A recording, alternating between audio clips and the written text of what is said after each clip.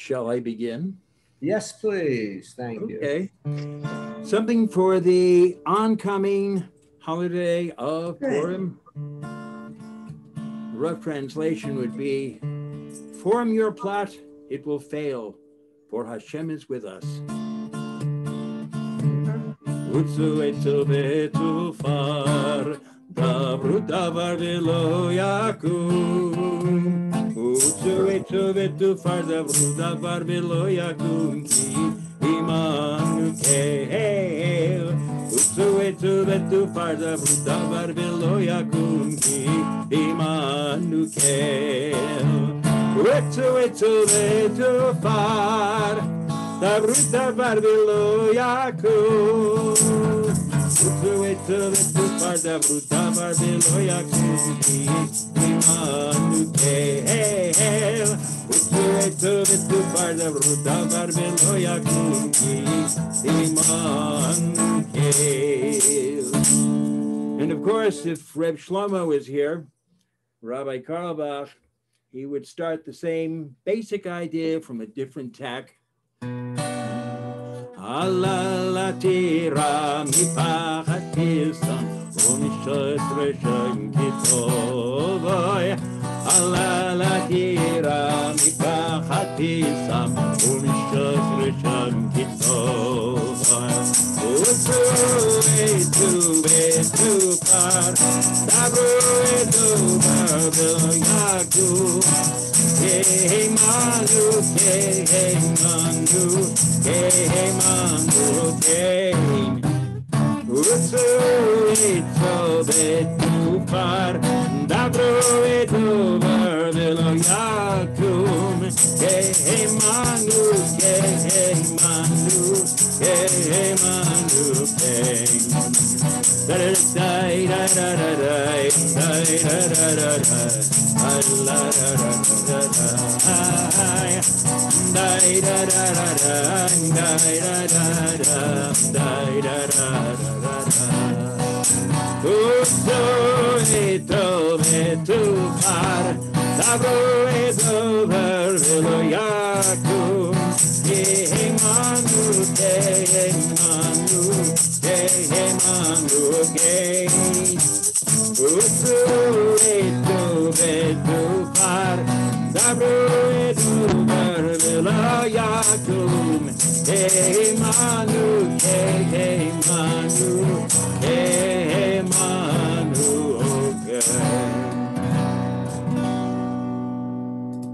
Kayak, thank you, Label. And Masha. Yay! Yeah. When we hear the jingles, we know that Masha's there.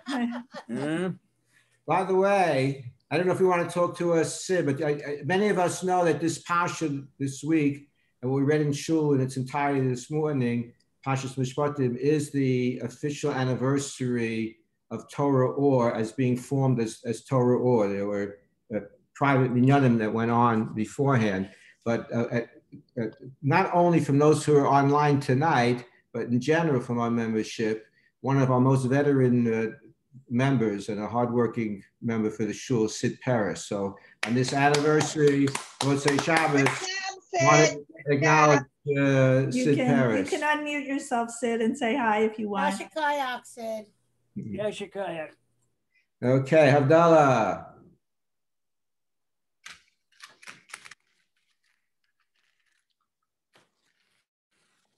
Hine el Yeshuti Eftach v'lo Efcha ki oziv v'zimratya Adonai v'hi Yeshua u'shaftem mayim b'sason imanei Yeshua l'Adonai ha-Yeshua m'cha b'chatecha sela Adonai tzvod imanu miskav l'renekov sela Adonai tzvod l'shrei adam poteach bach Adonai Hoshia ha-melech yaneinu v'yom koreinu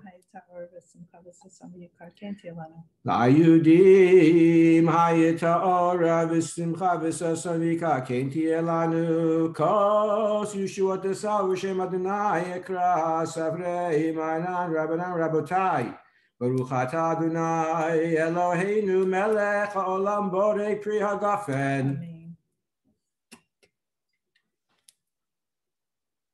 Baruch atah Adonai Eloheinu melech haolam borei minei b'samim.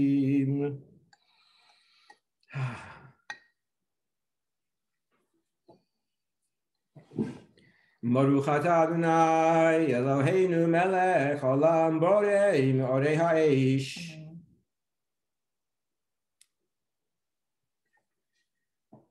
Baruch atah Adonai Eloheinu melech haolam hamavdil ben kodesh lecho ben or lechosh ben yisrael amim b'yom hashvi l'sheish idmei hamaseh. Baruch atah Adonai hamavdil ben kodesh lecho.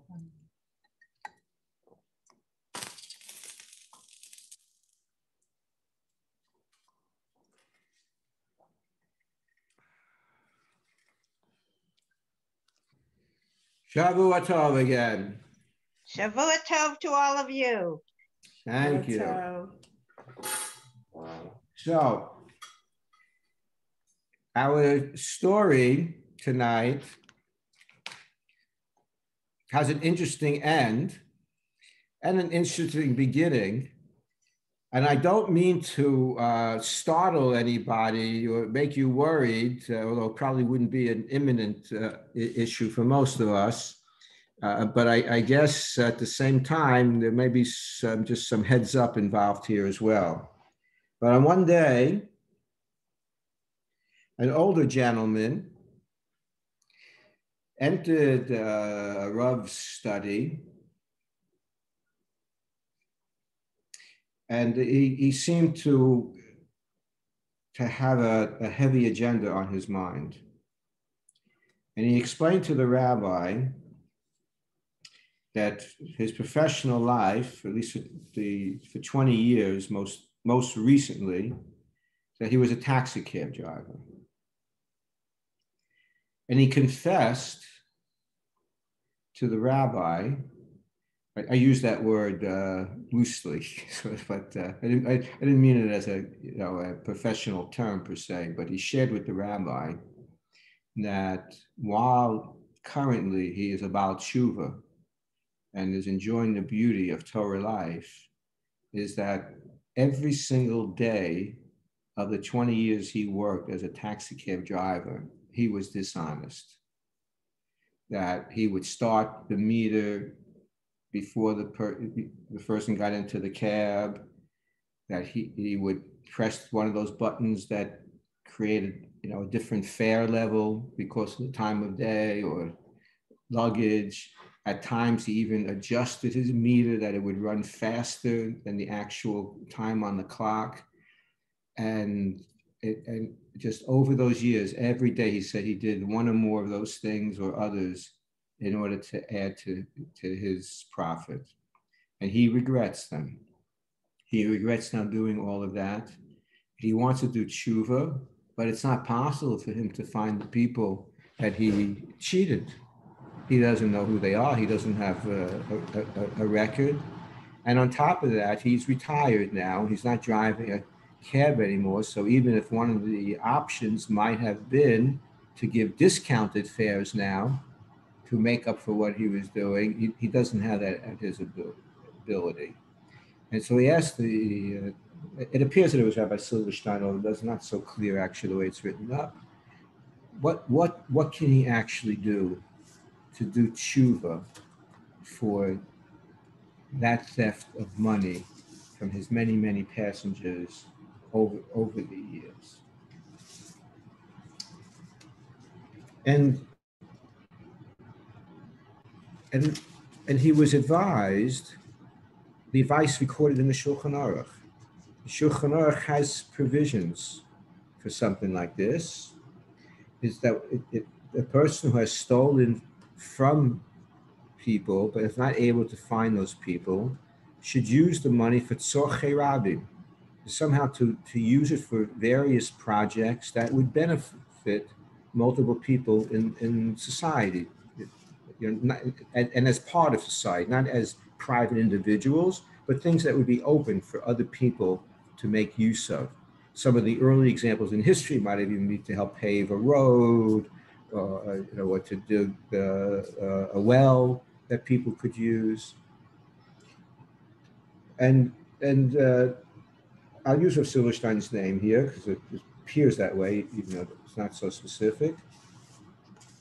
So Rav Silverstein asked him, "Do you have an idea of how much money you're talking about over these 20 years?"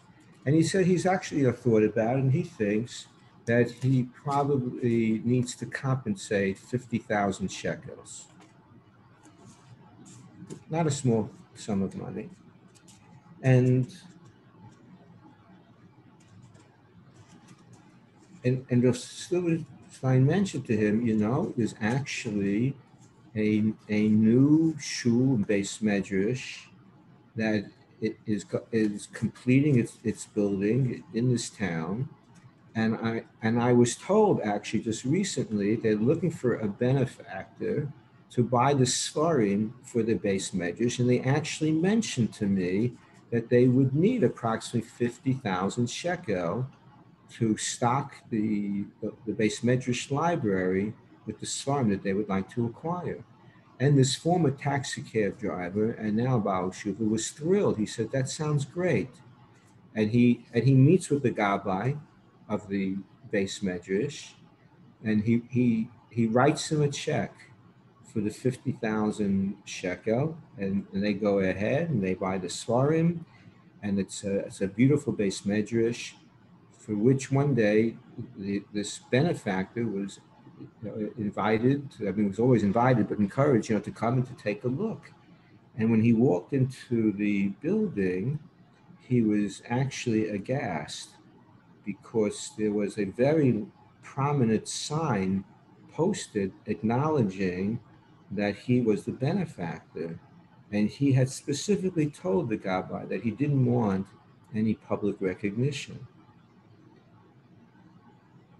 And he went up to the gabbai and said to him, "I don't want that sign up." And the fellow said, what are you talking about? It's you deserve it, and you should have the honor. And there's provisions in the halacha specifically mentions that people can have their name added, inscribed, woven, whatever the case may be, on items, because it encourages people to give tzedakah. And he's trying to make him feel good with it. This fellow never told the gabbai his background, and didn't tell him that why he was becoming a benefactor. And he actually, you could see that this guy's neshama was very good. He felt that he wasn't really using his money to sponsor this base medrash. He was using other people's money that he had acquired illegally over the years, and was trying now to give it back in a way that many people might be able to. He didn't tell that to the gabbai, but he told it to Rabbi Silverstein, and how he didn't feel comfortable in having his name up, and should he be more insistent that the shul and base medrash take down the sign.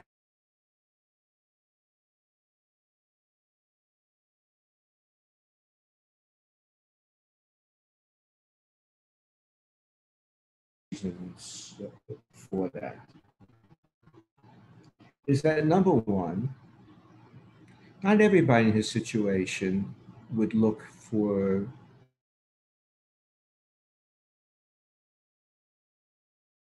ways to compensate from what he does. People, whether they're Baal Tshuva, a drastic change in their lives, or always religious people but did some things wrong, or regret that they did wrong. But not everybody's coming forward to actually make monetary compensation in areas that really call for it.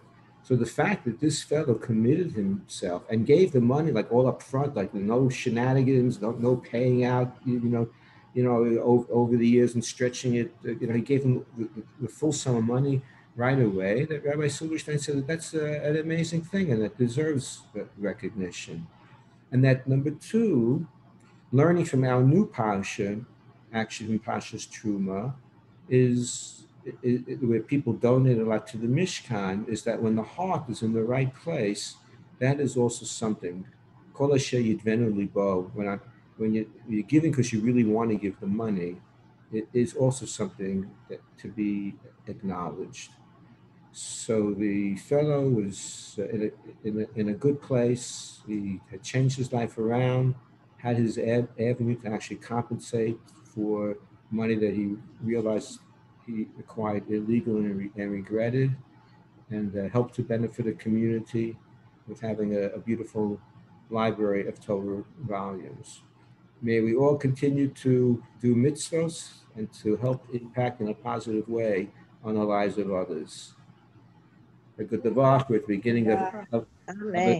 of a new month, so we should all have a good Chodesh ahead.